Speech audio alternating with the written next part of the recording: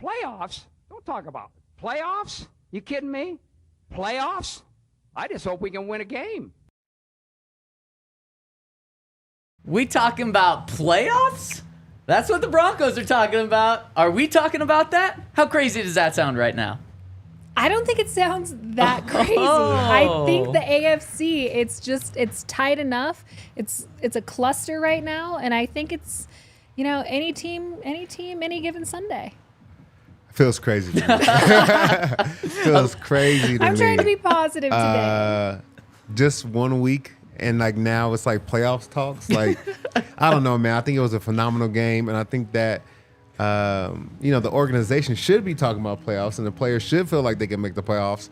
But for the outsiders looking in, I think, I don't know, maybe we get in by the skin of our teeth, barely.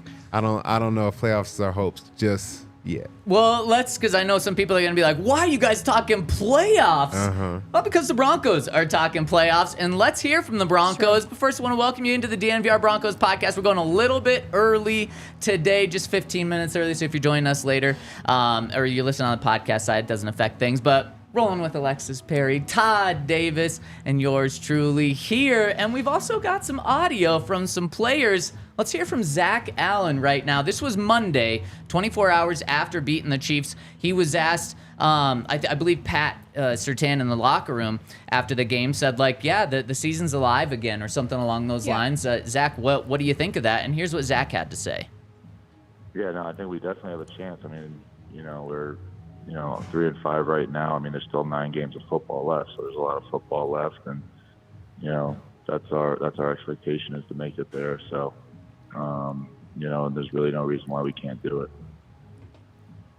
There's really no reason why we can't do it, is what Zach Allen said. It's okay, what is he supposed to say in that situation? Nope, season's dead. It ended last week. No shot. Of course he's going to say something like that. But then that kind of got the ball rolling for when we talked to Javonte Williams next. And the question to Javonte was phrased as Zach Allen said there's no reason why you guys can't make the playoffs. That's the expectation for this team now.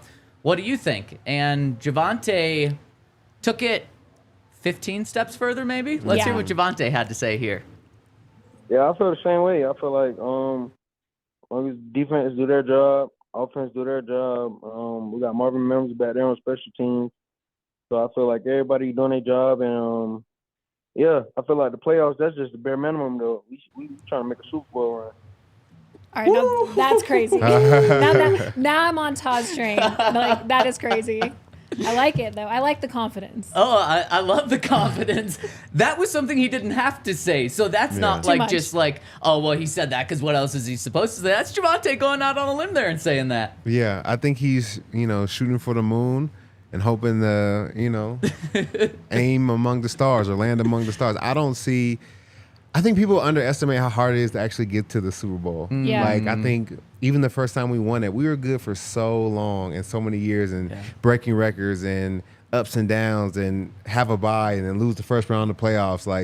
There's a lot that it takes to get actually to Super Bowl. But, I mean, that's his goal. I think that should be every NFL team's goal and every player's goal. But it's hard to get there, man. Okay, I just want to point out that the confidence that a win over the Chiefs gives a team, a specific guy like Javonte Williams, cannot be understated. Given the fact that if you would have asked him that exact same question after that win over the Bears, the win over the Packers, he's not mentioning the word Super Bowl in that at all. But when you beat the defending Super Bowl champions, all of a sudden, I mean, these guys are riding high right now. And I don't know, they might be able to ride that. Yeah, and Alexis, to your point, the defending Super Bowl champions Yep. is who you beat. You beat the number 1 seed in the AFC. I believe they're still the number 1 seed in the AFC. And actually, their game in Germany against the Dolphins this week decides who that number 1 seed is as of right now. So the Chiefs are great right now. They've been great. They've had that success. So, and I kind of said it, if you can beat the Chiefs, who can't you beat? Right. Maybe you make a case for the Eagles because they're just so dominant, but you don't have to worry about the Eagles, the 49ers, any team in the NFC until the Super Bowl. So I totally understand just how that confidence is so contagious, and clearly it's getting to the Broncos in a good way, and I think that's what you need, especially when the season was dead for so many weeks, and this team was just so beat down. Yeah, this game is all about your mental space, and if you feel like you can go in there and beat people, I think you have a better chance of winning games. And so with them feeling like they could make the Super Bowl, who knows, man? Maybe they go out and do some good things to put themselves in a position to maybe make the playoffs. So, Todd, I want to go back to something you said just a few minutes ago. You said people don't understand how hard it is to make the Super Bowl. You made the Super Bowl and won the Super Bowl, your second season in the league. I've heard a lot of guys who were on that team or on other teams, especially when they were young in their career, make a Super Bowl. And they said, like, at that time I had no idea how difficult it was to make a Super Bowl. Yeah. I had Peyton Manning. I had all these guys around me. I just thought some people take it for granted. Yeah. Did you, one, take it for granted? Or in a different way of looking at it, did you think, like, I'm going to be back here at some point in my career? Definitely take it for granted. I was like, this is year 2. I'll play for 10. That means I go to 5 Super Bowls. This is going to be easy, man. Definitely took it for granted and didn't understand how much work was put into building that team even before I got there. It takes a long time, man. Even the Chiefs have been good for a few years before they won their first one. They had to lose. They had to lose in the playoffs. So it takes a lot of time and years to put together the right team. And then you need a little bit of luck. Like, you need some things just to go your way that, you aren't really expecting. So it's a long road to really make the Super Bowl. It is. I can just tell from your facial expressions. You're like, this is absurd. What are we doing here? And I think a lot of people would have thought that, Alexis, like you said, if Javonte's saying this after the Bears win, people would be like, are you kidding me? Yeah. You're 1-3 right now. And you just beat the Bears. Yeah, after the Packers win, everyone watched and saw how bad the Packers were. But now I think there's some people that are still rolling their eyes or having a big smile on their face as Todd when he talks about it. But I think there's also other people that are like, hell yeah, we can do this. If that wasn't as dominant of a win as it was, I wouldn't be saying, oh yeah, like maybe the playoffs.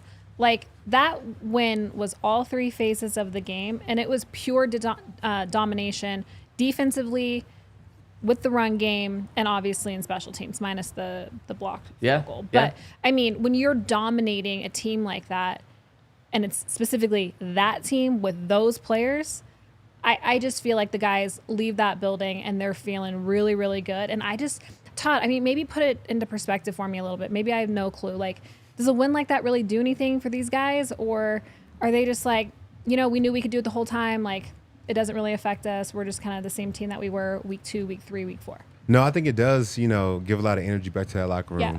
And everybody who was, like I said, not a believer is bought in. Everybody on the team feels like they can win.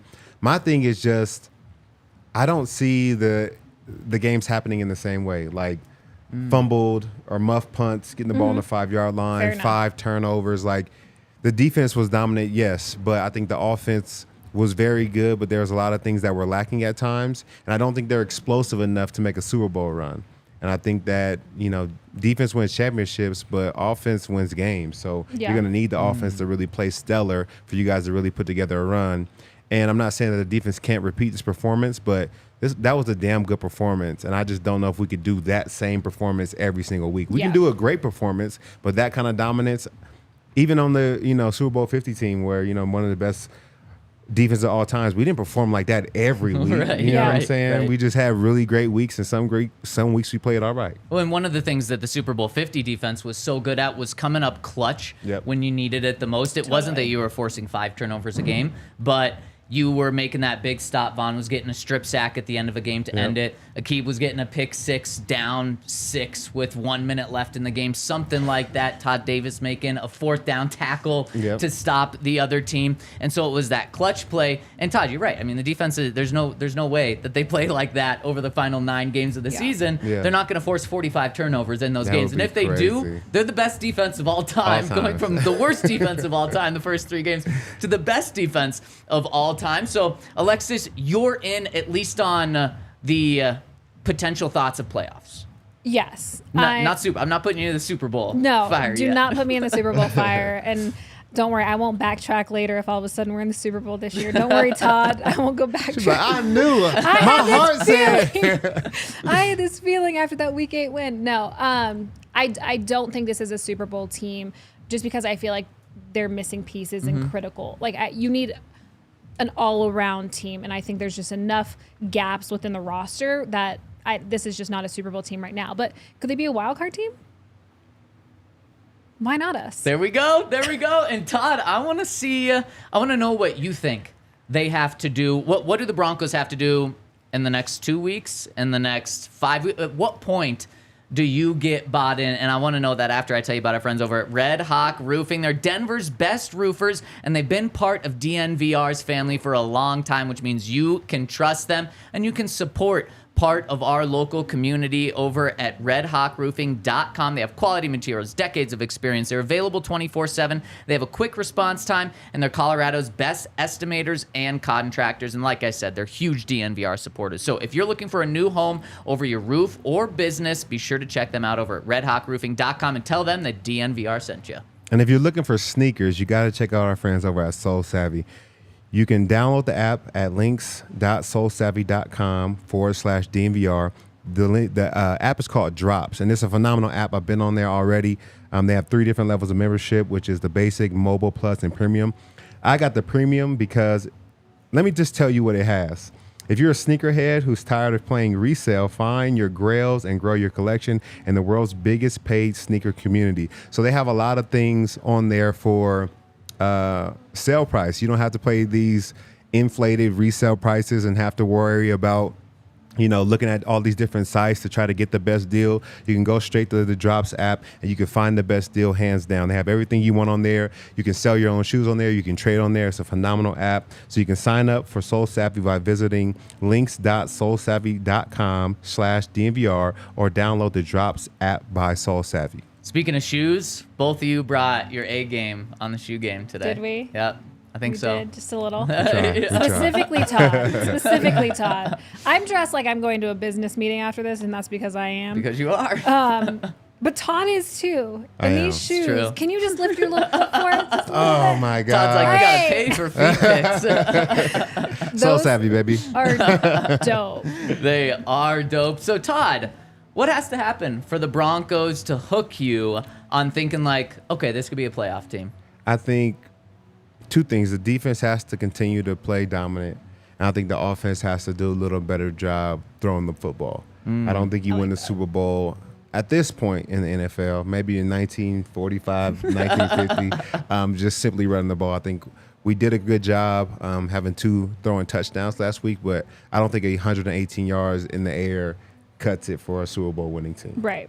If you play like that against the Chiefs, what's going to happen is what happened game 1 against the Chiefs, where the defense played fantastic against the Chiefs in the first game. They only allowed 1 touchdown and 19 points, but you only put up 8 points because you threw the ball for 95 yards. So you're 100% right. They have to be more well-rounded. And something that I really pushed back on Henry yesterday was if you continue this formula of relying on the ground game this much, your margin for error is so slim. Look, they tried to play this game, this type of game against the Raiders week 1. The Raiders, who, by the way, see you, Josh, you're out. They just fired their head coach and their general manager. They are in such disarray. The Raiders beat you 17-16. And if the Raiders can beat you, then it just shows that the margin for error is that small. You're not going to be beating the Bills. You're not going to beat a lot of other teams that the Broncos have coming up, which will break down. So I completely agree with you. How good does it have to be, though?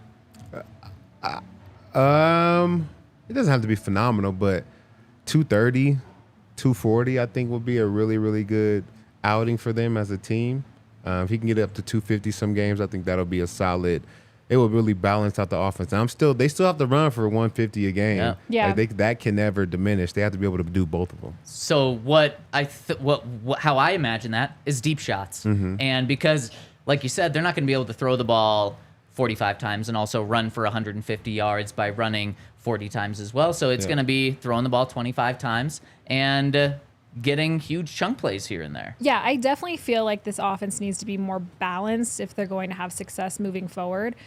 I also think, like what you just said, like Marvin Mims needs to be in the game. We need to see him a little bit more, and that's a way that you can balance out this offense a little bit, is take those deep shots to Marvin, pick up, big gains like that, and then you can, lull him to sleep, use the ground game to do that, and then hit him with a deep shot. Like, I just feel like there needs to be more balance. What we saw this last week was incredible, obviously, but Javonte Williams averaged, 3.8 yards per carry or something like that. That number isn't great, but the fact that they're able to go to him as many times as they did, and he was still able to pick up positive yardage. What, did he have any plays, negative plays? 2? Towards the end of the game. Towards the end of the game, just those 2, Yeah. right? That's a long game for a running back when they're going to him that many times. And for him to have the kind of success that he had, it just shows that they have a recipe for success with this 3-headed monster and those guys. But to not see Marvin Mims, to not be using, your weapons, I think, in the wide receivers room more is a shame. Yeah. And maybe it's coming. Yeah. I mean, this running game is going to force teams to load the box and really play man-to-man. So maybe they get more opportunities for these guys. But I just want to see it first. I can't, Totally fair. bank on it until I see it. And then 2 weeks, the bye week, teams either come out and do the same thing after the bye, or they're completely different teams. So I'm very interested to see what this team can come out and do after the bye. So do you want them to see them be a completely different team? I guess yes, because the really great game was only last week. Yeah. So I say overall, yes. Yeah, and very, very fair. Build off of that, right? Yeah. Okay, now you guys have some pieces. You saw what worked. Now add to it. Okay, the run game, that's solid right now. Let's add the passing game to that. I just wonder sometimes too, could the Broncos have beat the Chiefs without Russell Wilson? 100%. I know. I mean, Yep. Russ did nothing special in that game. I know. The 2 big passes. Now, his touchdown passes, great touch. Yep. But they were from the 10-yard line. I mean, it's not an impossible throw probably any NFL quarterback should make that. The Jeudy throw catch 40 yards was a fantastic catch by Jeudy. Yep. The ball was where it needed to be, but it wasn't an incredible throw. It was a great catch. The Courtland Sutton one where he caught it with defensive pass interference and caught it over the guy. Very good throw. Perfect catch. So, yeah, I absolutely think that most starting quarterbacks in the NFL could have had that day. 118 yards is what he did. Yeah, not hard. And he's still taking some unnecessary sacks. 100%. There's tons of times I see him outside the pocket. Just throw it away. Yep. And then luckily the ground game was working, because I think there was a couple times we were in 2nd and 14 or 2nd and 13. We're able to make it 3rd and manageable because of the running game. But I think he just kind of puts us in some bad positions if he doesn't get rid of the ball earlier. Yeah, and it's something that a lot of players talked about why the offense had success in this game is they were rarely falling behind the sticks and falling behind schedule. And when you take those big sacks, you're immediately doing that to yourself. And this offense for years has just showed that it's so hard to overcome those initial sacks. Yeah. And when he does that, it kind of kills drives, and that's how you get the 3 and outs. And Todd, you're not crazy for being no, they're not a playoff team. They're not going to push for the playoffs right now. I need to see more, because right now the Broncos, despite being on a 2-game win streak, are the 15th seed in the AFC. I know. There's 16 teams in the AFC. They're But second talk last. about how clumped up it is right there. It's a great point. So the Broncos are 3-5. The Raiders are also 3-5. The Colts are 3-5. Well, the Raiders aren't going to win another game. Oh, no. No, they're done.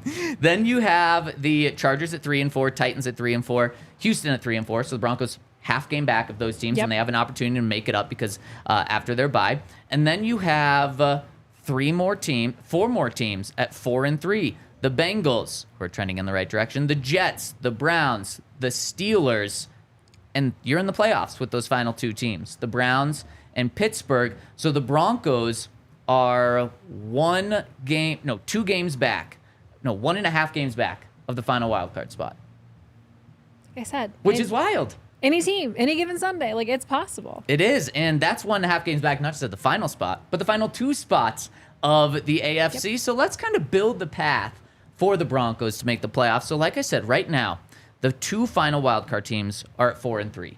So sometimes you wonder, like, do you have to get to 11 wins to guarantee your spot? Looking at this right now, 10 wins probably guarantees you a spot. Okay. 9 wins, you might be like the Detroit Lions of last year, where you get a winning record, but you miss out due to not having tiebreakers or something. So can the Broncos get to 9 or 10 wins? And what's tough about this is when the schedule came out, we talked about how the back half of the schedule is a lot more difficult than the front half of the schedule.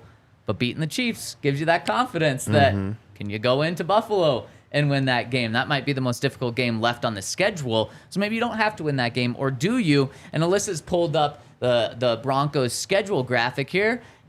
And should we try to build to 9 or 10? You think 10 wins is what they need? I think they need 10. So there's 9 games left in the season, and so the Broncos would have to win 6. Got to be 6. No, 10. 10 is 7. What you said. Yeah. So 7-2. Yep. Only 2 losses after 5 in their first 8.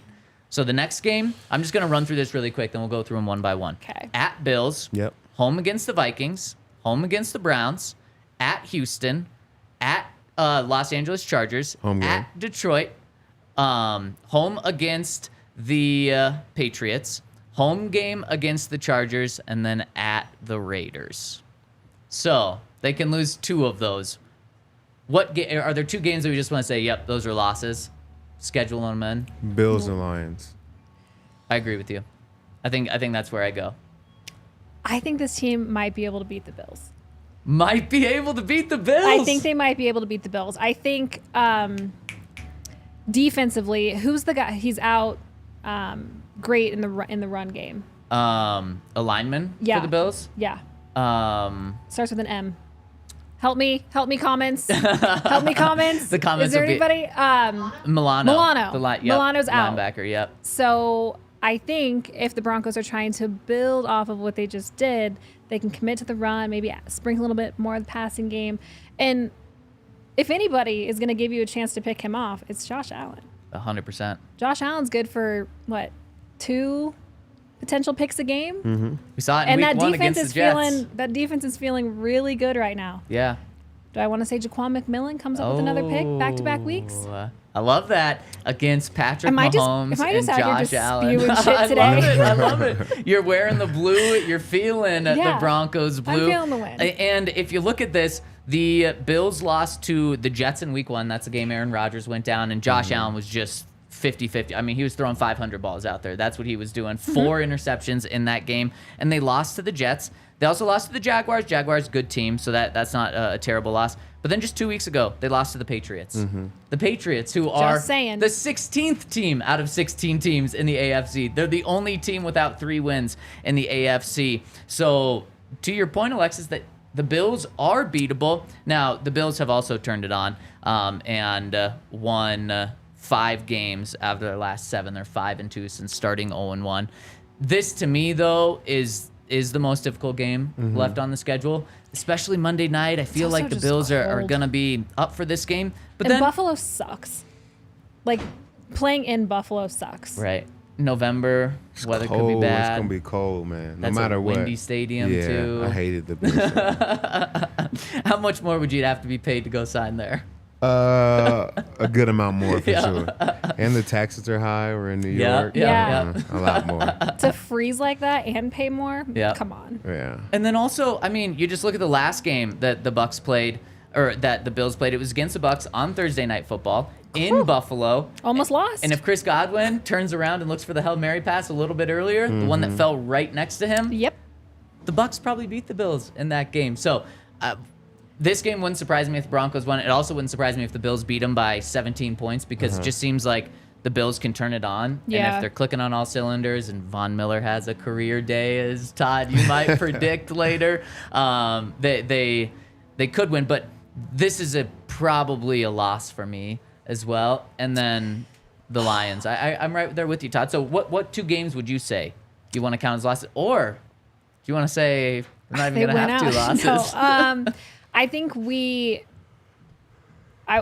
unfortunately, I think we lose one to the Chargers. Like, I hate that. I hate having to say that. And I think we lose to the Lions. There's a chance we lose December 10th and then the following week to the Lions. That's very fair, especially the Broncos, I feel like, always split with the Lions. Mm-hmm. Yeah, with the Chargers. Yes. Yeah. I also think Houston's sneaky good. Like, they can have their moments as well. They're a young team not the that Houston. They're not the Texans of the past anymore. No. So I don't know. I think that 3-game stretch right there in early December is a sketchy one. So let's go through this. Okay. And as a squad, the 2-against-1 system. Cool. Predict what we think they're gonna do. Not what needs to happen for them to get to the playoffs, but what we think they're gonna do. Do we somehow just say that they win all these games and they end up 12-5 like we said at the beginning of the year? That would be incredible. And end the season on an 11-game win streak? Yeah. Hey, Broncos did it in 2012. And I believe then it was we're 11-game win streak. Because early in the season, it was embarrassing. Every single game, Todd and I would jump on that post-game show and we'd be like, remember when we said 12-5? Mm-hmm. But now, that would be incredible. So let's see. Let's build a 9-game win streak or 11-game win streak to end the season here. So Buffalo, Todd. I'm gonna say that's a loss for the Broncos. Alexis, I'm sorry. I'm saying that's a loss too. All right. So it's a loss. Now short week, and here's where the Broncos can kind of get some momentum.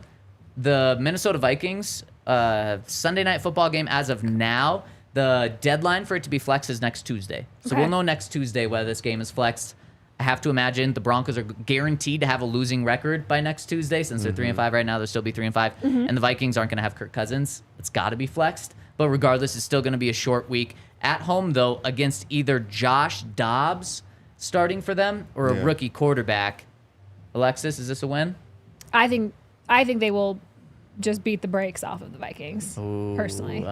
First game where they really destroy a team. Just destroy a team. Yeah, that's what I think. I think they win by 21. Wow. Ooh, I love that. Todd, this is the Todd Davis game right here. Yeah. Vikings Broncos. Yeah. You were on the train of Super Bowl then. I'm not on the Super Bowl train. Trust me, I'm not on it. I think they beat the Vikings. I don't think it's by 21 points. Maybe by 10, but I do think they get a win against the Vikings. Double digit. I think we might shut them out. Oh, 21-0? 21-0. Because I don't think our it. offense can score that much. But I love that, and I agree with you. I think if there's a game that the Broncos are going to blow a team out, it's this one. So I'm going win here. So that's 1-1. Broncos can only afford one more loss in their final 7 games. And let's get to those 7 games after I tell you about our friends over at Backus and Schenker. If you're in any sort of accident, whether it's a motorcycle, rideshare, pedestrian, truck, even if you're injured at work, they are there to help. Give them a call at 222-2222 to see if you have a case for free. That's right, free consultation. They work on your case for free, and you only pay when they win your case for free. And they've won over $1 billion for their clients. So check them out. Give them a call at 222-2222 or visit them at coloradolaw.net. And like you guys know, Breckenridge Distillery is the world's highest distillery. That is an absolute fact. It's so much fun to go in there if you're actually in Breck, so be sure to do that the next time you're there. It was founded in 2008, and they are most widely known for their blended bourbon whiskey, a high rye mash American-style whiskey. And Breckenridge Bourbon is one of the most highly awarded craft bourbons in the U.S. It is absolutely fantastic right here on the set. We love it. We're almost out of the little shooters. Just because the Broncos have given us moments to take shots lately, which I like. You guys know that you guys can vote on your favorite of the Battle of the Broncos blends between Ed McCaffrey and Alfred Williams. To enter to possibly win Breckenridge Distillery and Broncos swag, go to breckenridgedistillery.com/bourbon-of-Denver-Broncos / I wish that was on the screen somewhere because I'm not going to read it again. You guys can also win 2 tickets to the Breckenridge Bourbon Whiskey Suite for the Broncos and Chargers game on New Year's Eve.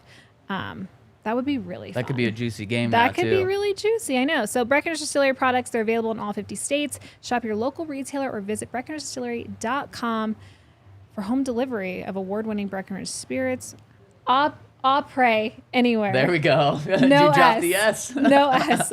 Pray anywhere. We love it. Really quick, got to give a shout out to Justin Simmons, Yep. the AFC Defensive Player of the Week. He only had 2 tackles, which is just crazy for him, but one fumble recovery, 1 big interception against Patrick Mahomes, and he becomes the 2nd player in Broncos history to win a Player of the Week award in multiple categories. He won it in 2016 for special teams, and he won it, obviously, this week for defense. It just shows how a 3rd-round pick or how anyone can rise from a special teams player to a defensive star, and Justin just does it the right way on and off the field. Yeah, he's a dog, man. I think you see he's the kind of guy that you want on your team, but also the kind of man that you would want to date your daughter if you have one. Luckily, I don't have any daughters, so I don't have to go through that just yet, but he's just a great guy, man. I'm happy for him, and he's doing a great job out there on the field. Yeah. He's the best. He is the best. I just want to point out, too, that he is like, remember when the Nuggets win and Vic Lombardi goes up and he goes, you know, what, the Mike Malone is your daddy? Or Yep. how did it go Yep. exactly? It was something like that. Like, Justin Simmons is Patrick Mahomes' daddy. You know? Like, yep. 5 times in his career that he's been picked off by Justin Simmons. Like, you have to incredible. assume that Patrick Mahomes just, like, has nightmares of Justin Simmons. And I love that a Bronco is probably giving Patrick Mahomes nightmares. Oh, that's so good, especially after that win. And I wonder if Justin Simmons has more interceptions off Mahomes than any individual team does. Ooh, that's interesting. Because Mahomes has more interceptions against the Broncos than any team. I believe I that think I number's could up to find this. 10 right now. And I mean, just Mahomes is pretty good, doesn't throw interceptions. So I wonder if another team has 5 or more interceptions. I bet you I It'd could be find pretty this. tough. Alexis, while you're on that grind, let's jump back into the schedule and look at this. So can the Broncos finish this season on a hot streak? In the next game, they play the Browns at home. Browns defense seems to be incredible. They did have a bad game against the Colts, I believe, last week, where a backup quarterback, Gardner Minshew, put up like 37 points on them. So maybe they're not as good, but the key thing about this, Deshaun Watson might not be playing in this game, which means P.J. Walker, I believe, is who's starting for them. The Broncos can go up against backup quarterbacks in back-to-back weeks, and with this defense, if that's the case, I'm going to give them the slight win here. I'm not confident, but I'll give them the slight win. Yeah, I'm not confident either. I think I would tally this one up as a loss. Okay. Unfortunately, because I think that Browns defense is going to give our offensive line some trouble, Yeah. That's fair. especially in the passing game. So I would say it would be a loss. Okay. Alexis? What'd you say? I said slight win. Oh, God. I hate It all having to be rests the on you. tiebreaker. I hate having to be the tiebreaker. Okay. I'm going to say Browns could be with a backup quarterback. very slight win because they're coming off beating the brakes off of the Vikings. There we go. Some momentum. A little bit of momentum right there. So we've got them they've won 4 out of the last 5 at this point, getting some serious momentum. Going into their first road game in a couple of weeks, which is at the Texans. Texans, I believe they're 3-3 right now. No, that can't be the case. They are 3-4 right now with C.J. Stroud playing as good as really any rookie in the NFL. Yeah, he's playing really well. But I think he's not playing well enough to beat the Broncos. Now, I think the Broncos can beat him in this game, and he's going to have a rookie lull at some point, unfortunately, and I just hope it's the week that we play him so we get the win. How about a K-Jack game here? He'll be back from his suspension. Yeah. Going back into Houston. The last time he was in Houston, I like Was that. balling. he just did it all. He had a monster hit on DeAndre Hopkins. He had a interception. Yep. And then didn't he was the one that got the pitch and then Yep. ran it for a touchdown. I mean, he did everything Balling. in this game. So,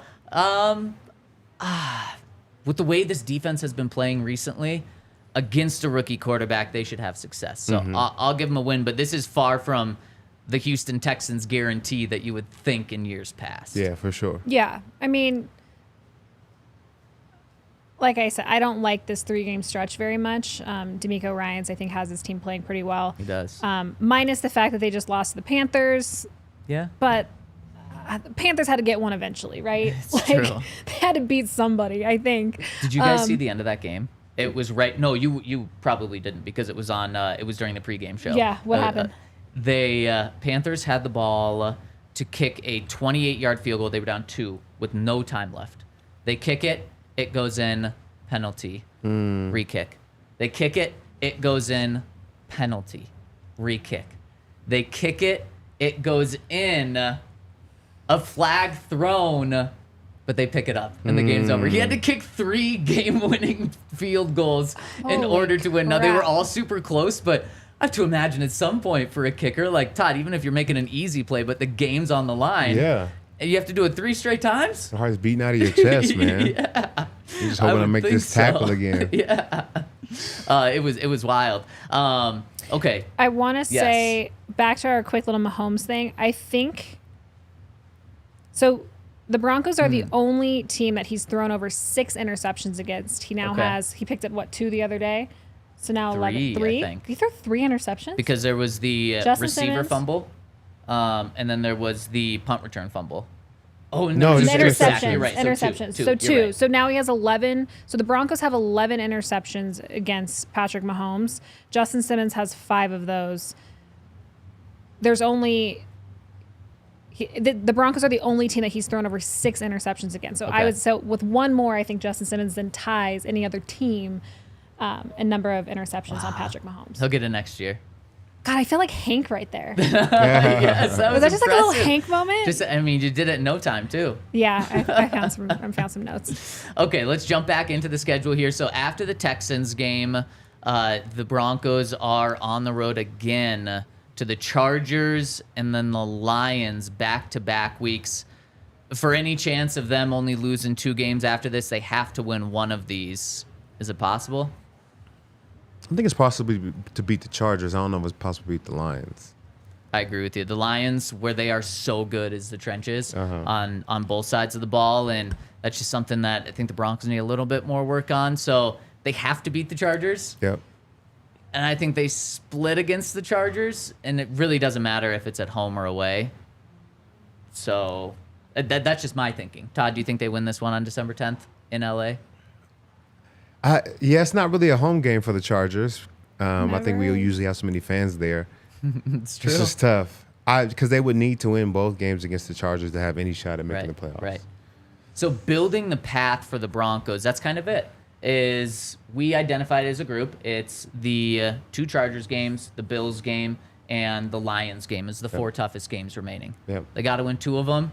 And the tough thing is you got to be perfect the rest of the way through. Yep. And that's really hard to do because typically in a schedule, there's 1 or 2 games that you shouldn't win that you win. There's 1 or 2 games in a schedule that you should win but you lose. And the Broncos have already dropped their 2 games that they should have won. They might have already dropped 3 of them. So they got to be perfect the rest of the way out. So that's kind of the path to the playoffs is picking up 2 of those. You pick up 2 of those wins and those 4, and then you just got to be perfect. Can they do it? What do you think? You never gave your prediction on whether they're a playoff team or a Super Bowl team or. So I think they dropped 3 games. Okay. And they're 9-8. And it's something that Praying we somebody talked about. loses. Yep. You're probably just going to miss out on the playoffs, but it's something that Sean Payton's talked about. Something, Alexis, you mentioned right before this pod started. The Detroit Lions of last year. The Lions were 1-6. They finished the season 2-7 down the stretch. Just missed the playoffs. But by the end of that season, I mean, they beat the Packers at home in that final game of the season to eliminate the Packers from the playoffs. At the end of the season, you're like, this Lions team is legit. And that type of momentum, not just like a 1-game win streak to end the season, but when you finish the second half of the season so strong, that's legitimate momentum to carry into the following year. And we see it with the Lions right now. I think they're the number 2 seed in the NFC right now, and they are a legit team right now. Yeah, the number 2 seed, 6-2 right now. And like you said, when the Broncos play them, I'm not picking them to win that because the Lions are that good of a team. So I think that's more realistic, and that might be even still more on the optimistic side of what we're looking at for the Broncos. But I think that's kind of the realistic upside. Yeah. But you can dream for one more win. It's not impossible to build it where they finish with 10 wins this season. All right. Let's do it. What do you think happens, though? I think they barely missed the playoffs.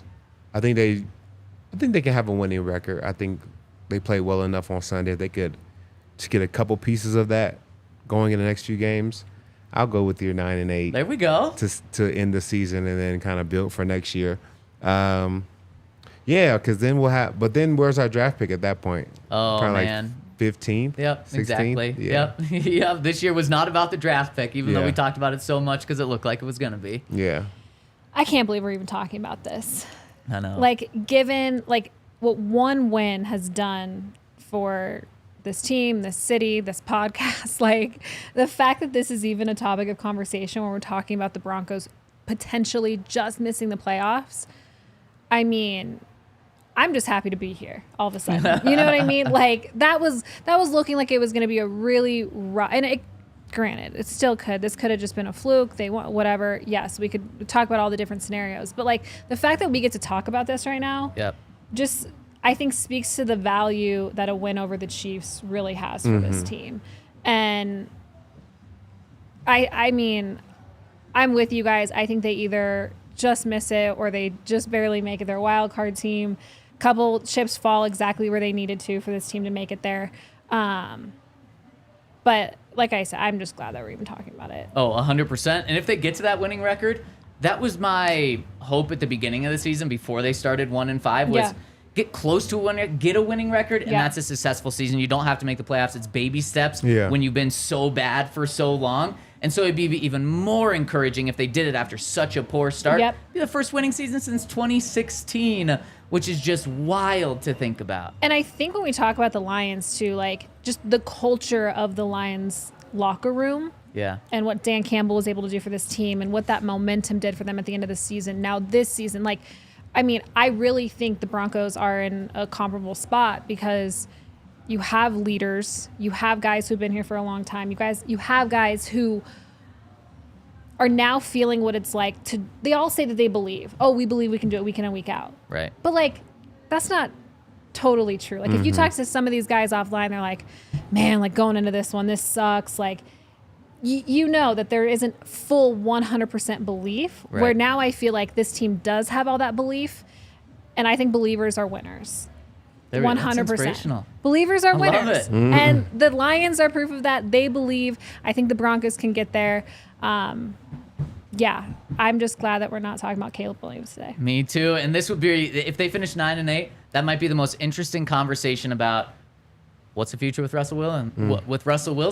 Are they moving on with him? But that's a much bigger conversation that we will have. Hopefully we're having it, because that means a very hot start to the end of the season. And we're about to have our guy Brian Baldinger on. But first, I got to tell you about our friends over at DraftKings Sportsbook, where you can get in on all of this weekend's action. Thursday Night Football tomorrow. It's crazy how quickly that comes up. And if you want to get in, can't watch a Broncos game this weekend, you can get in on the action. We got 4 different time slots of games on Sunday. We got 7:30 Denver time with with the Chiefs and Dolphins, 11-2, and then Sunday Night Football. So if you want to get in on the action, place a $5 bet over at DraftKings for new customers, and you'll get $200 instantly in bonus bets, which you can use right away. So that's a great way to get started and use those bonus bets to kick off your account. So if you want to get in on the action, download the top-rated DraftKings Sportsbook app. Use the code DNVR when you sign up. Place $5 bet on anything to get $200 in bonus bets over at DraftKings Sportsbook. If you have a gambling problem, call 1-800-GAMBLER or visit www.1800gambler.net. In New York, call 877-8-HOPE-NY or text HOPE-NY. In Connecticut, help is available for problem gambling. Call 888-789-7777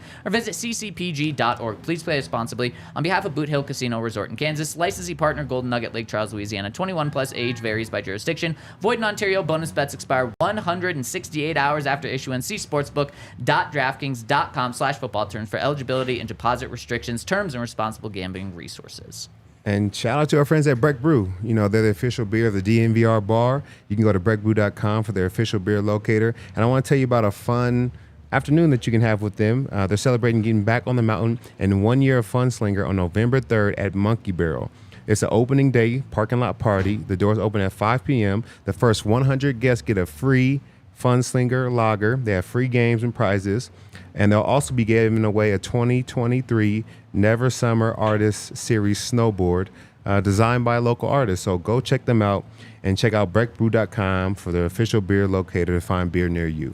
Boom. Let's bring in our guy, Baldy, and we have a really cool announcement with Baldy, but also, but also we've got a really cool announcement with something going on at our company that all of you can benefit from. We just launched the All City Network today, and one of those things is having our guy Baldy run the All City NFL podcast, the All NFL podcast. It is live right now. You can get it anywhere you find podcasts. You can also find it on YouTube. He's doing the show with Anthony Gargano, and this is to cover the entire NFL. So cool. Well, I know all of you love Baldy. If you want even more Baldy, you're getting it with us right now. Baldy, what's up?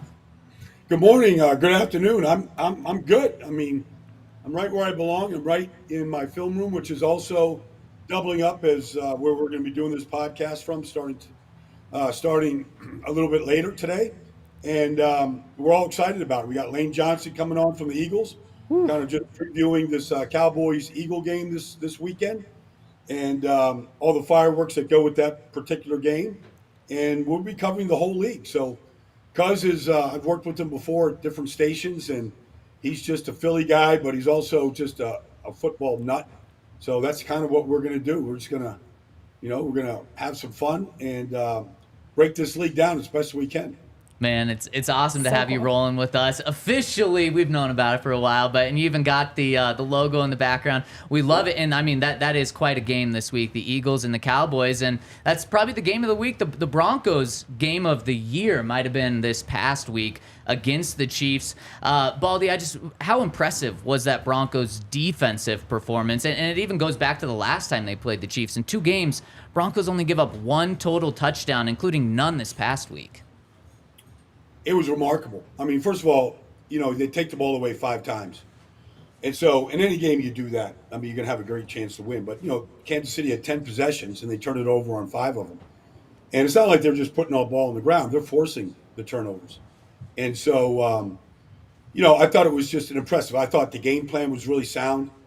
They used Nick Bonito as a spy on certain situations, so Mahomes couldn't just wreck them like he has in the past, where he's scrambling for these first downs and extending drives. They did a great job on Kelsey, just limiting his yards after the catch, or just his catches in general. And so they made him look pretty pedestrian, to be honest with you. And that's something that you would never associate with Mahomes, Andy Reid, and the Chiefs over the last 7 years. Yeah, I think the defense played phenomenal, but the offense did a great job as well, and they finally did something we had all been asking for, and they ran the ball and stuck to the run. How did you feel like the Broncos offense did against that dominant Chiefs front, and how did you feel like the backs did? That 3-headed monster, I feel like, is really coming together. Well, they ran it 40 times, and so they took the ball out of Russell's hands a great deal. But the big part of running it that many times is not really how many yards you run for. They averaged just a little over 3 yards a carry, but they stayed with it. They won the time of possession, and I do think that when you can run it 40 times, you can get enough carries for everybody. Whether it's Jaleel or Javonte, Samaje, I thought it worked out real good, and just Russell's ability to move. So, you get 40 runs in a game. I bet if somebody went back and charted Sean Payton in his 17 years as a head coach. And you charted the number of times that they ran the ball 40 times or more, I bet the winning percentage is somewhere around 85 or 90%. Hey, Baldy, we were talking earlier about just the confidence that this win really gives this team. We have guys like Javonte Williams, Zach Allen talking about the playoffs, potentially a Super Bowl run. I mean, could this win really spark a playoff run after the way that this team started? I think anything is possible. I just remember one year in Indianapolis when I was there, we started off 1-5, and we won 8 of our last 10. And, if a certain team lost on our last game of the season, when we finished 9-7, we would have been in the playoffs. It can change. Winning is unbelievable. All of a sudden, everything that the coach is preaching is starting to pay off. And you can see defensively that they've unloaded some players. They've made some changes with some players. And now they've got a defense that can compete. And then if the offense line can improve a little bit, if Russell takes care of the football like he did last week, outside the one fumble, yes, you take down the Super Bowl champs. Why can't you take down anybody else on your schedule? And that's kind of exactly the conversation that we've been having. Is you can build it like that. If you want to view it optimistically, you beat the Chiefs. They're arguably one of the best teams of football, if not the best team in football. But I want to go back to something you talked about earlier, running the ball 40 times.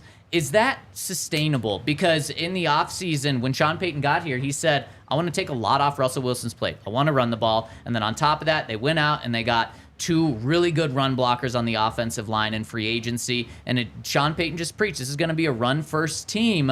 And we finally saw the formula against the Chiefs. 40 rushes to only 20 passing attempts. Is that something that a team can truly commit to week in and week out and have as their identity?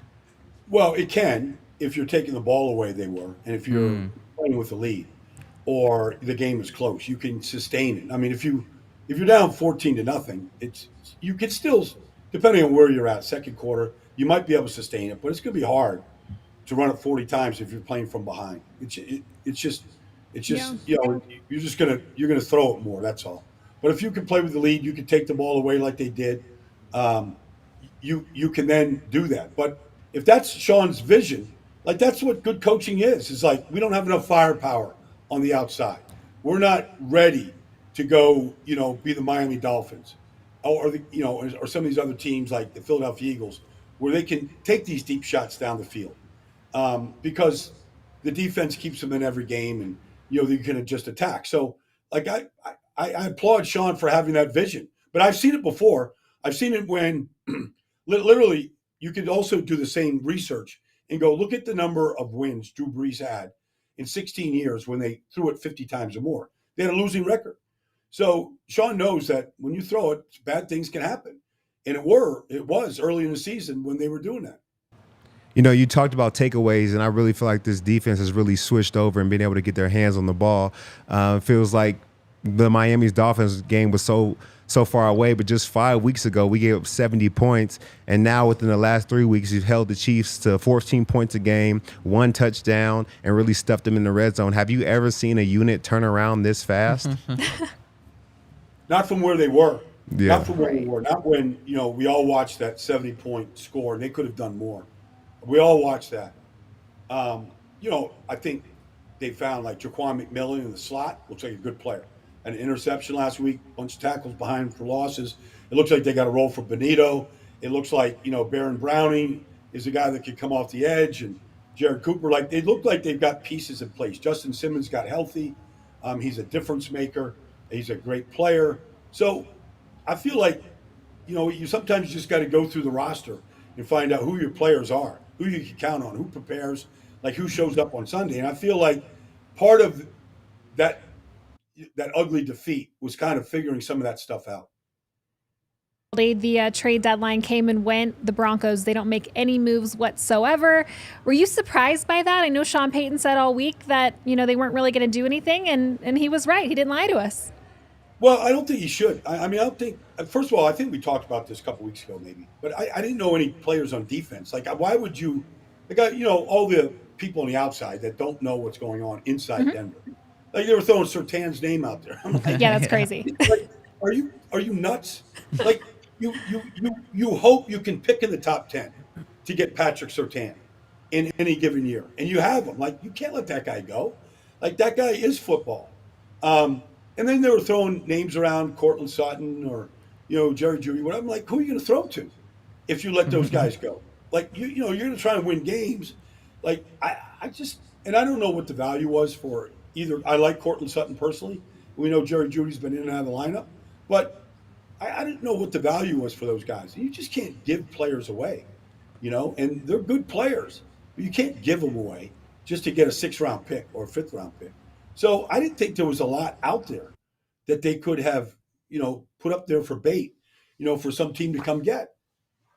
Yeah, it's a really good point. And while the Broncos didn't make any moves at the trade deadline, there was a move made in this division that didn't have to do with trades. Late last night, Josh McDaniels fired by the Las Vegas Raiders. And I mean, it's crazy. It was just like the exact same tenure that he had in Denver, nearly the same record, the same exact storylines of running the quarterback out of town. Now, just 2 weeks ago, we were talking about how the Broncos were in the worst shape of any team in the division. Now it seems like it's clearly the Raiders. Just how much has Josh and now this move set the Raiders back? Do they kind of have to completely not tank, but restart and be a couple of years away from competing for anything?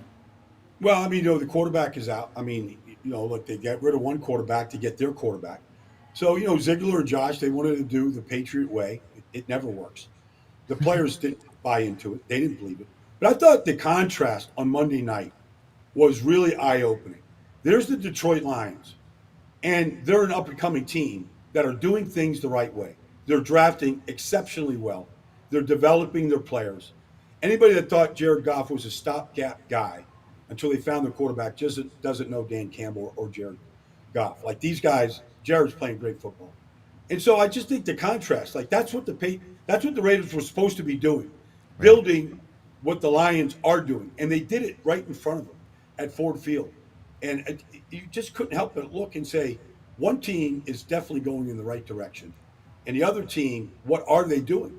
And Devontae Adams was questioning it, and Josh Jacobs, and Max Crosby, who never says anything, just refuses to answer the questions. He just plays.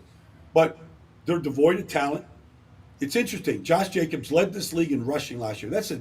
For any running back, that's a great distinction. Right now, after 8 weeks, they're last in rushing yards and rushing average. How do you just go that? And Jimmy Garoppolo's playing by far the worst football of his entire career. Like at some point, the coach has to look in the mirror and go, "I'm a part of this," or the general manager, and we haven't done enough good things around it. Yep, 100%. Well, thank you so much. But one more quick question. We know you're the most interesting man in the world. Do you take that approach to Halloween? Do you do anything crazy for Halloween? I was building this set last night, and putting like that little thing up right there, and getting myself ready for the show today. So that's as interesting as I did last night. I didn't have a costume on doing it. I think I had the exact same thing on I have right now. Just a grinder and Baldy. We're so pumped that you're on board in an additional role with us as well. Everyone, cool. Go follow All City NFL Show and catch his first show today. Thanks so much, Baldy. Thank you, guys. You bet. I'll talk to you next week. Right on. All right. Well, we're going to wrap up the show in just a second, but I got to get your guys' initial reaction on Josh McDaniels gone, Dave Ziegler, their GM, gone, the Raiders just blowing it up. I love it. I mean, I don't know if Josh McDaniels has a lot of love in Denver. Nope. And this was his second chance, and he did the exact same thing that he did last time. So I don't see another chance for him. But of course, he'll be a coordinator somewhere next year, getting paid top dollar. That's just how the league works. I just hate that the Broncos can't say that they ever beat Josh McDaniels. That's the only thing that I hate about this situation. I'd love to see him one more time this year. Just so we could beat the hell out of him and move on.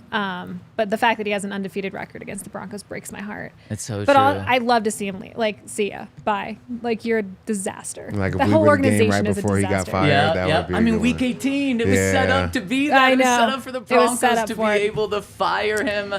Instead, 0-7 against Josh. He was awful as their head coach.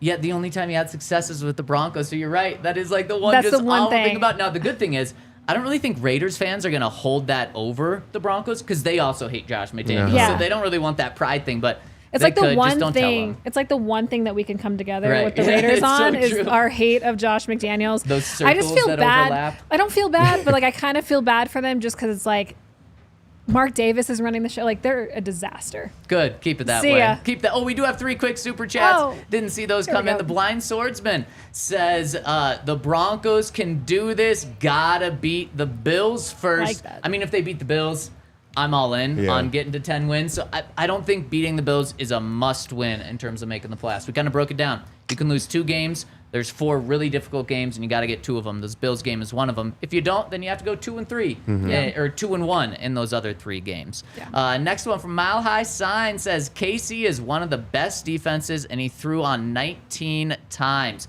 Offensive line weak against the rush, minus Cush all season. Dude threw 33 touchdowns. Let's give Russ more credit. Russ was very efficient. When he was asked to do something, he did it. What I'm just concerned about is I don't think Sean trusts him completely. Yeah. If you fully trust your quarterback, you're not throwing for 200 yards in 2 games combined against the Chiefs. You're opening it up a little more. I just want to hit that Bet365 super boost so bad. Like last week, it was like, I think it was 200 yards and 2 touchdowns for Russell Wilson, and we can't hit it. The week before, it was just 200 passing yards. Yeah. Couldn't get there. Just give me a super boost, please. And final one coming in from Zachary says, shout out to Justin Simmons, but I think Jaquan McMillan should have won that Defensive Player of the Week. You could give it to him. You could also give it to Baron Browning. Yeah. 2 sacks, a forced fumble. I mean, that's what's so encouraging about that defensive performance. You legitimately could have given that to multiple different guys. I used to hate that because the times I felt like, oh, I could win it this week. Vaughn would have a good game too. I'm like, if they're gonna choose, you know what I'm saying? Even if we both had touchdowns or we both made big plays, probably not gonna win it this week. Just go back to draft pick, number 2 overall pick compared to undrafted. Exactly. We could at least give Baron Browning best sack dance of the week. Yep. He wins that hands down. Yep, he does. And you guys win today's pod. Thanks so much for being with us, Todd, Alexis, Baldy for joining us. Go check out the All City NFL show, and we'll be rolling with you tomorrow, 11 a.m., where we're gonna be giving out some midseason awards. Is Russell Wilson the MVP? I don't know. We'll dive into it. Thanks. Join us tomorrow. We all silly like the mayor.